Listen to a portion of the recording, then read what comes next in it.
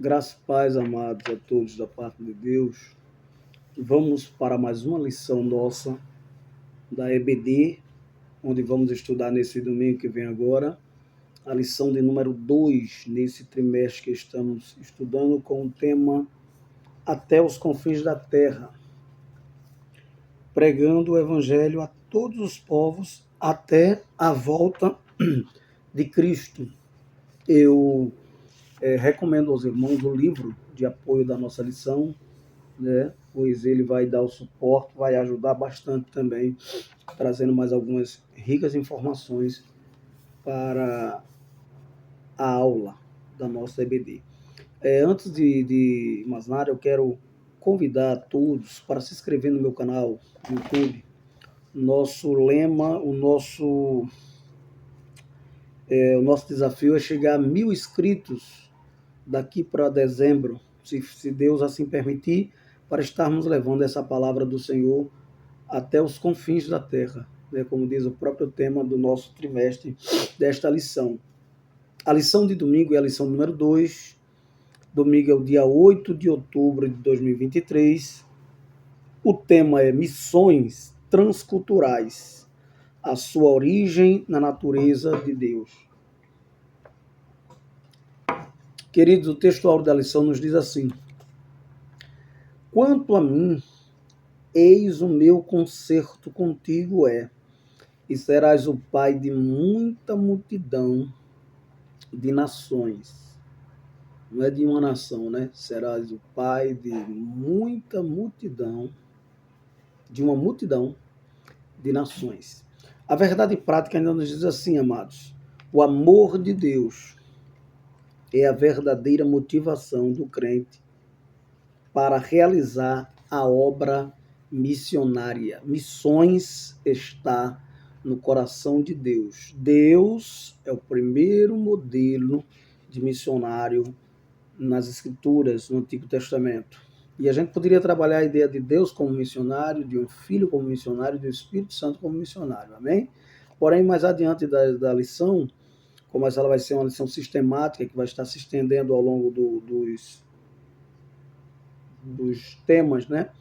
Ou vai estar sendo destrinchado o assunto melhor, então a gente vai deixar para mais na frente trazer uma explicação maior sobre isso. Mas o tema da lição é esse: missões transculturais, tá? A sua origem na natureza de Deus. O texto áureo está em Gênesis capítulo 17, verso 4, que já lemos. Na palavra introdutória, a palavra transcultural, quando falamos, amados, a palavra transcultural, quando falamos de missões transcultural, falamos primeiro sobre a missão de Deus. Olha, ele evangelizou Abraão, foi o primeiro a trazer as boas novas para Abraão. Missões transculturais implica o esforço da igreja transpor fronteiras, tá? Ir além do seu campo de atuação, cruzar barreiras geográficas, línguas, costumes, religião, etnias, etc. Tá bom?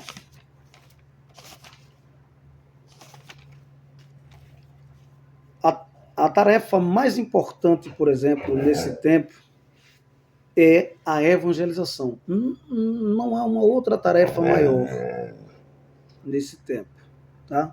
É a evangelização transcultural.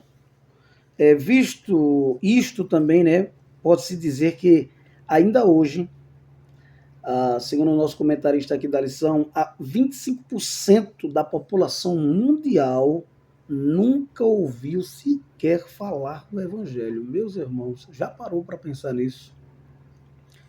Sequer uma vez. Eu me lembro que evangelizando aqui próximo da nossa congregação aqui, da Igreja Polo aqui em Natal, Pajuçara Sítio, eu encontrei um cidadão na frente da sua casa e aquele cidadão falou para mim que ele nunca visitou uma igreja. Veja que absurdo, né? Em pleno século XXI, onde a gente tem evangelizado, onde a gente tem falado do amor de Deus, tem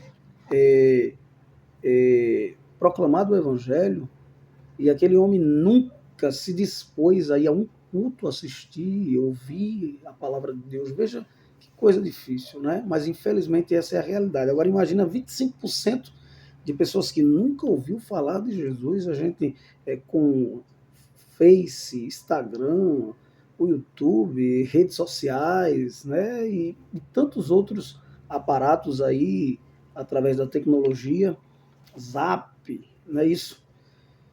E infelizmente ainda é essa a realidade. Então, Deus escolheu Israel para ser uma nação missionária. Essa foi a proposta de Deus de início, a fim de que Israel participasse da sua missão de redimir a humanidade. Olha, Israel teve cerca de 12.000 anos para cumprir sua missão, certo? Entretanto, perdeu a visão. Eles atentaram mais para a bênção, para ser abençoado, né, do que para abençoar.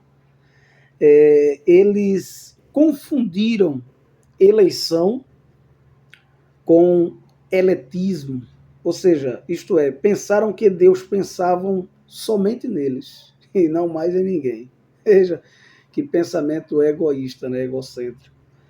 Terceiro, eles achavam que a sua cultura era melhor do que as demais, quando a Bíblia fala que não foi bem assim. Deus amou.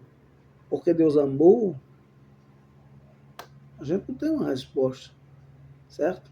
Porque Deus amou, porque Ele quis amar, tá? Então, Gênesis capítulo 2, versículo 3, a gente vai ver que a palavra vai dizer: em ti serão benditas todas as famílias da terra. Ou seja, Deus já não estava olhando apenas para Israel. Deus não estava apenas olhando para a família de Abraão. Abraão, Sara, Isaac, Ismael. Não, não, não, não, não. Deus estava olhando para mais além. Tá? Então, olha, o texto de Gênesis, ainda capítulo 17, versículo 5, deixa bem claro: por pai de multidões de nações te tenho posto. Veja que coisa tremenda, né? Me faz lembrar que quando Deus falou para Abraão e pediu para ele contar as estrelas do céu, se fosse possível, Abraão não conseguiu, e a Bíblia vai dizer que Abraão até começou a contar, né? E depois viu que não conseguia. E hoje a gente vai observar que um dos grandes estudiosos da questão da cosmologia, eles vão dizer que existe mais estrelas no céu do que todas as areias das praias e dos nossos oceanos. Veja que coisa interessante. E Deus ali já diz a Abraão: Abraão, assim como são as estrelas do céu, assim será a tua descendência. Ou seja, Deus já estava pensando até os confins da terra. A mente brilhante de Deus, da sua onisciência, que nada foge do seu conhecimento, da sua presciência, que nada foge do seu saber por antecipação, da sua onipotência, que nada foge da sua soberania, do seu poderio. Ele já pensava em mim, pensava em você e naqueles que ainda virão depois de nós. Então, queridos, de ti farei nações e reis sairão de ti. Versículo 6 ainda do capítulo 17. Então, no primeiro tópico da nossa lição, ela nos diz assim: a natureza missionária de Deus. A natureza missionária de Deus. Tá bom? No chamado de Abraão, a gente já vê a natureza missionária de Deus. Mas eu queria voltar um pouco às páginas e já citar para vocês, obviamente o comentário está lá na frente, ele vai falar um pouco também sobre isso, que no Éden, antes mesmo, né, de Deus proclamar a Abraão ali, a gente vai ver que Deus ele exerceu uma missão também no Éden lá, né, em busca do Adão, do homem perdido. Mais na frente eu vou trabalhar melhor isso aí para vocês, tá bom? Mas o chamado de Deus a Abraão, por exemplo, no capítulo 12, versículo 1 ao 3, de Gênesis, ele é maravilhoso. Eu gostaria de ler, eu quero ler para embasarmos a palavra do Senhor naquilo que vamos estar aprendendo. Olha, no capítulo 12 do livro do Gênesis, versículo 1. Então o Senhor disse a Abrão, né? Ainda era Abrão, né? Deixa a sua terra, os seus parentes e a casa de seu pai, e vá para a terra que eu te mostrar. Farei de você o pai de uma grande nação. Abençoarei você e tornarei o seu nome famoso. Aqui é a primeira promessa, né? Depois ele já fala de multidões, de nações. Abençoarei você e tornarei o seu nome famoso. E você será uma bênção para muitos. Abençoarei aqueles que abençoarem você, amaldiçoarei aqueles que amaldiçoarem você. E por seu intermédio, a Bíblia vai dizer, serão abençoadas todos os povos, todas as famílias, todos os povos da terra. Então veja bem, aqui a gente já vê uma ordem imperativa de Deus, né? Sai da tua terra, do meio da tua parentela, da casa de teu pai, né? De onde você mora, de um lugar idólatra que era a terra de Ur dos caldeus, onde Abraão vivia, a mesma terra ali que fala sobre Jó, o patriarca Jó. Então, ó, a expressão sai-te da tua casa revela uma ordem e um chamado de Deus para Abraão ir a um lugar que a princípio ele não conhecia. A gente vai observar em Hebreus 11:8 que Abraão é o pai da nossa fé, né? É o pai da fé, é considerado o pai da fé, por esse motivo e outros que a gente vai ver na história dele, na biografia de Abraão. Tem até um livro muito bom, se você quiser, eu recomendaria, é Charles Swindoll, falando sobre a biografia de Abraão. Então, ali a gente já vê uma ordem imperativa de Deus a Abraão, sai-te da tua terra, versículo 1. A gente vai ver também que a fé e a obediência desse nosso pai da fé. Ele tanto teve fé de ir para um lugar que Deus ainda mostraria, quanto ele saiu, ele obedeceu a ordenança do Senhor. E o texto não fica por aí, porque aí vem a promessa, né, futura. Ele vai dizer, em ti serão benditas todas as famílias da terra. Então, a gente vai ver uma promessa universal, né, da universalidade da salvação dos que creriam, daqueles que viriam a crer. E a gente vai ver lá na frente, né, quem crer será salvo, quem não crer será condenado. Então, Cristo, ele é o descendente legítimo de Abraão. A gente vai ver isso no livro de Gálatas, no capítulo 3, verso 8 e o verso 16. Gálatas, a gente vai ver no capítulo 3. Deixa eu ver se eu acho logo Gálatas aqui. Já achei. No capítulo 3, verso 8 e 16, diz assim: as Escrituras previram esse tempo quando Deus justificaria também os gentios mediante a sua fé.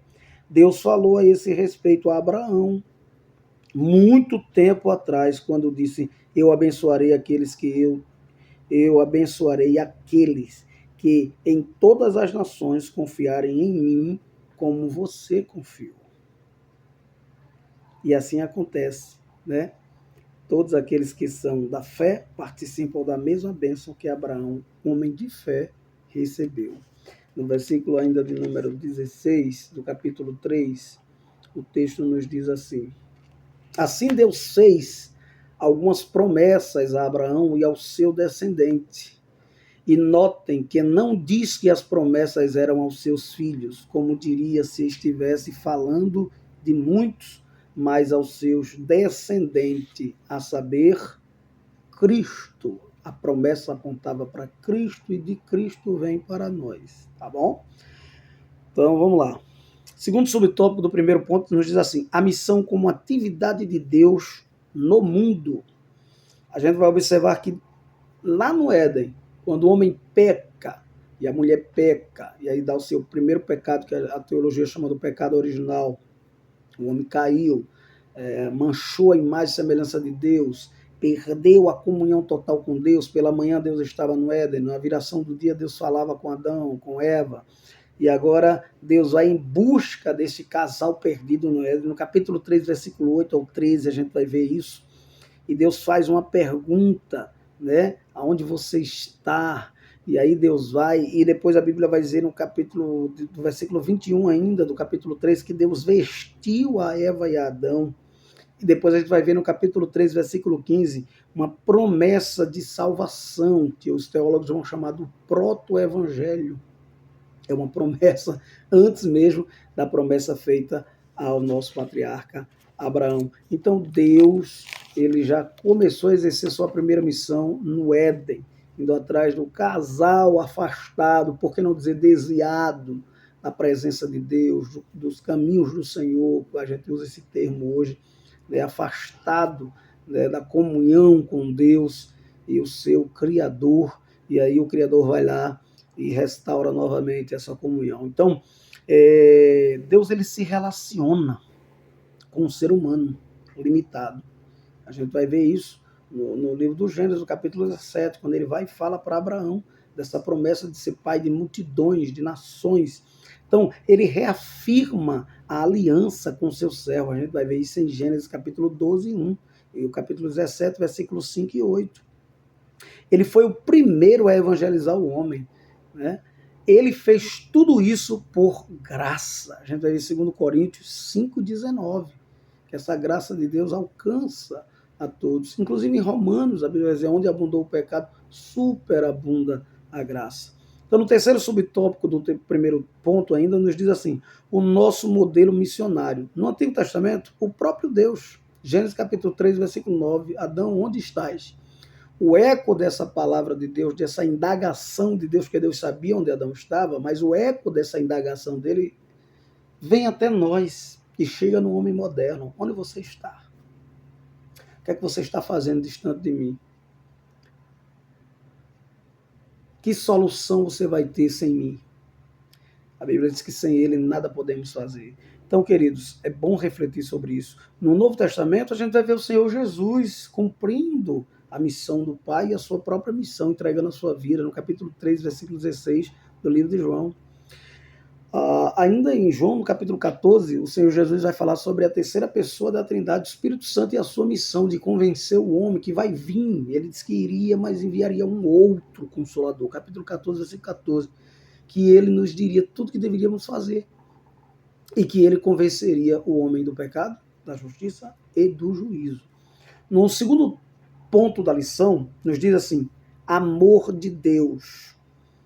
O princípio fundamental da história da redenção foi por amor, foi por pura graça e amor e misericórdia. Veja bem, o amor de Deus. Deus é amor. 1 João capítulo 4, versículo 8, 16 vai dizer que Deus é amor. Aquele que ama é nascido de Deus. Aquele que não ama não conhece a Deus. Não é nascido de Deus, porque Deus é amor. Se eu disser que Deus é amor e eu não amo meu Deus, meu irmão, eu estou mentindo, porque Deus é amor. E o Deus da Bíblia também é o Deus da história. É o Deus de toda a história. De Gênesis a Apocalipse, esse Deus, ele deseja, né, restaurar, trazer de volta o homem perdido, pecador. Então, olha, ele ama os povos. A gente vai ver isso em Deuteronômio capítulo 33, versículo 34. Ele se dispôs a dar o seu filho, seu único filho, seu filho único, a quem ele teve, ele teve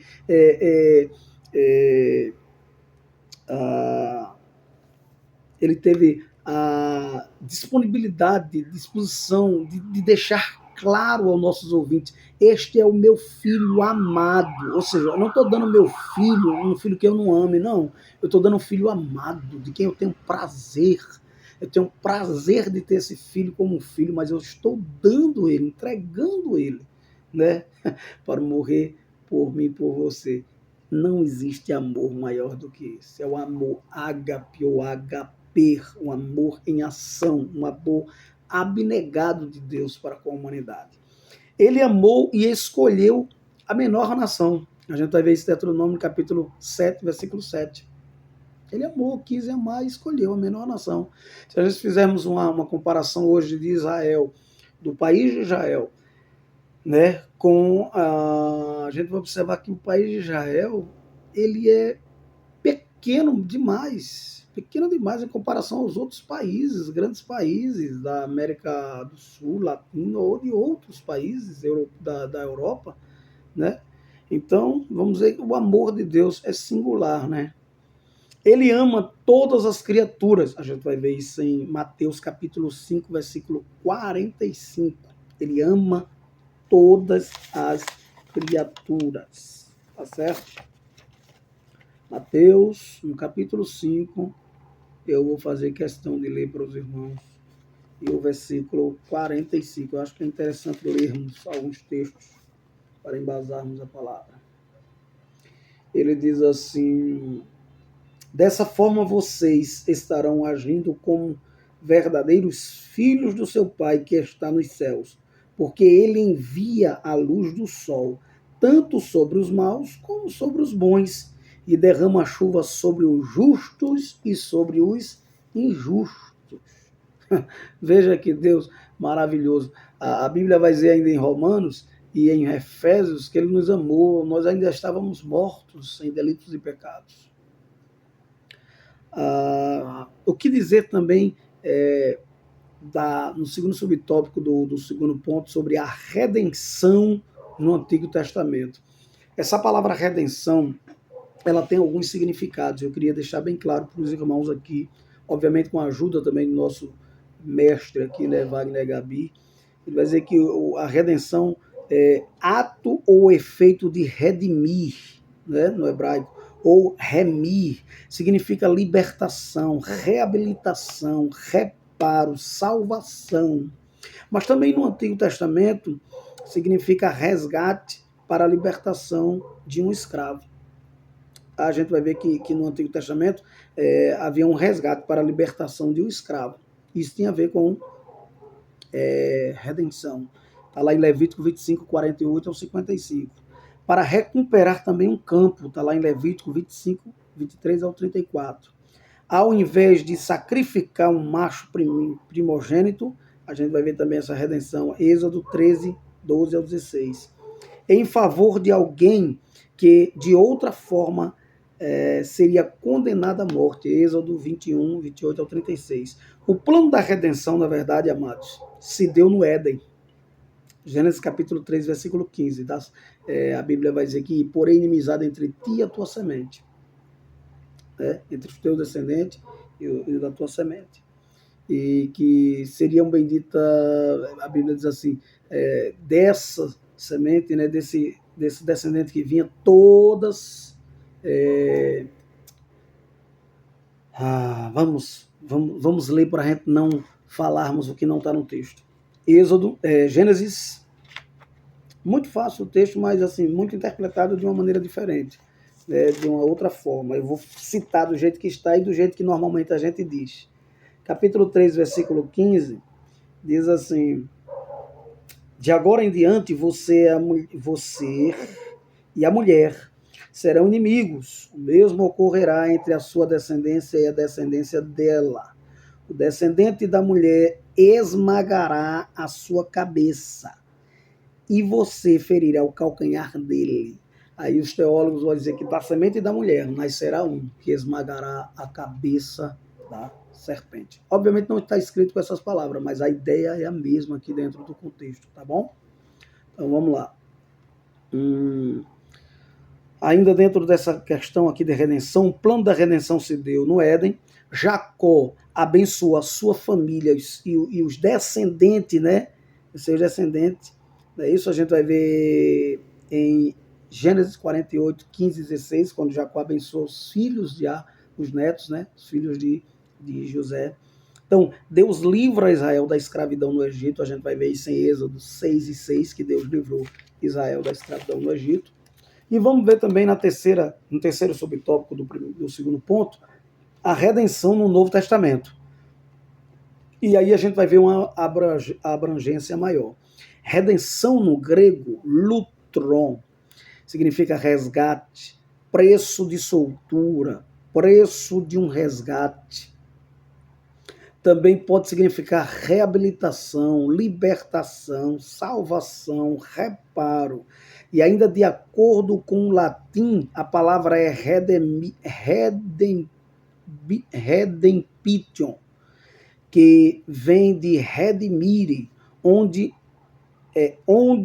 em mere significa comprar, obter ou ganhar. Então, a junção, né, das palavras forma as palavras recomprar ou reobter, ou seja, comprar de volta, obter novamente. Veja como essa palavra ela tem um significado enorme aí dentro das propostas do Evangelho e da língua grega, né, da interpretação do grego para o português e do latim. Não é isso? Então, recomprar ou reobter, ou seja, comprar de volta, obter novamente. Isso nos faz lembrar que o homem estava perdido, né? Isso nos faz lembrar de quando Cristo deu o brado lá na cruz do Calvário, né? Está consumado, concluí a tarefa, né? Comprei de volta, resgatei de novo, rasguei a dívida, né? Que o homem tinha já lá escrito em Colossenses.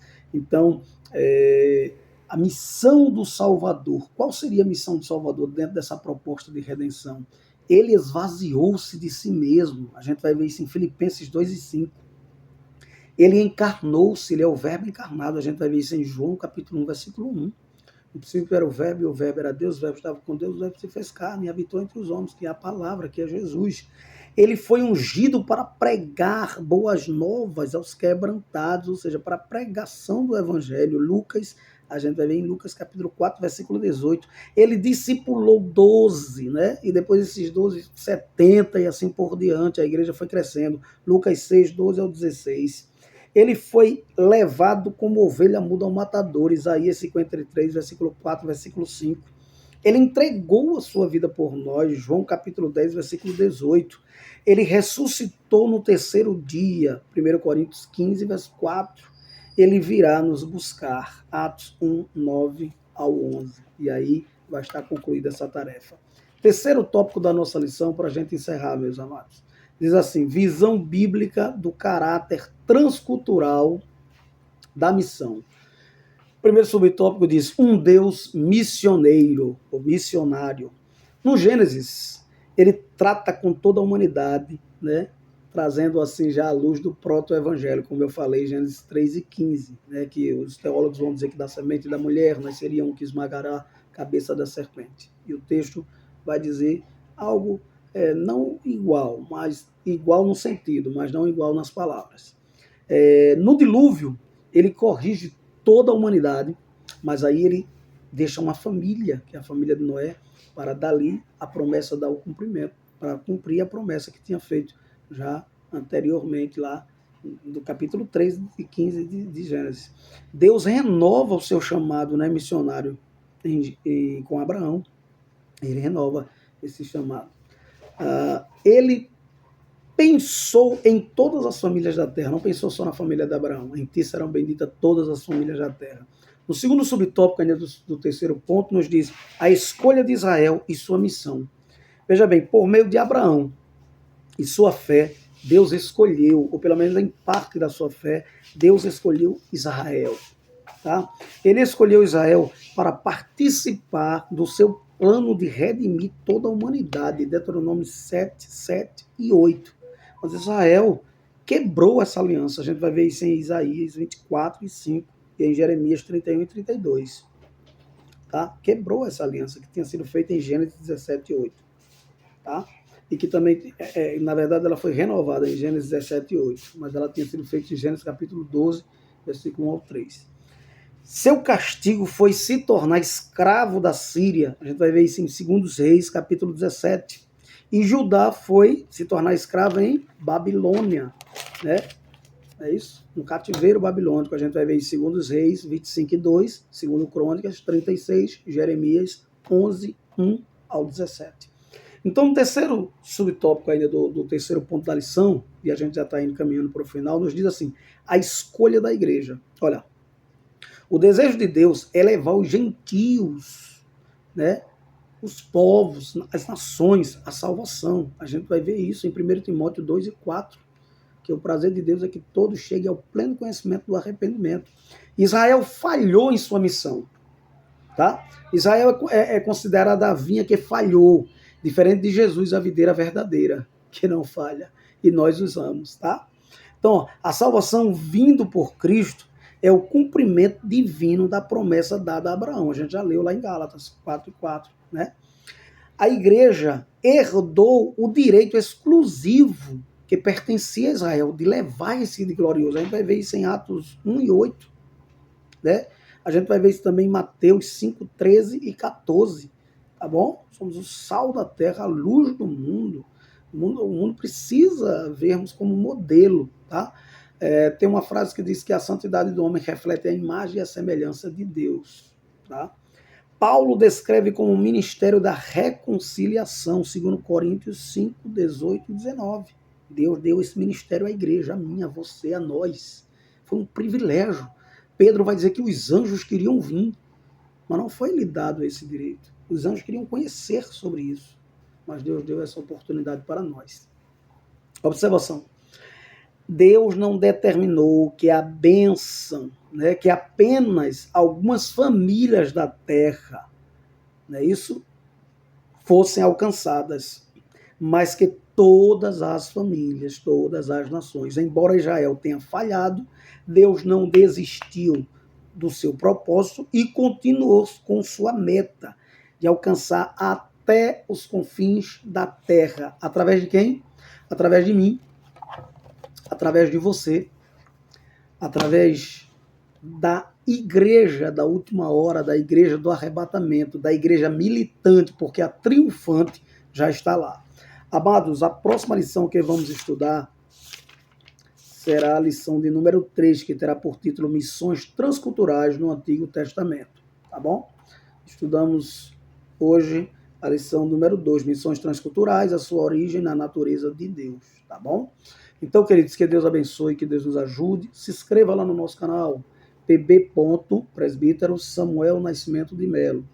Dê o seu like, coloque lá a sua pergunta, tá? Dê sua opinião acerca da aula, o que você deseja mais dentro dessa metodologia, se precisamos melhorar em mais alguma coisa. Eu creio que a gente tentou passar da melhor maneira possível aos irmãos. Pai querido, Pai amado, te louvamos por a oportunidade de estar na tua presença.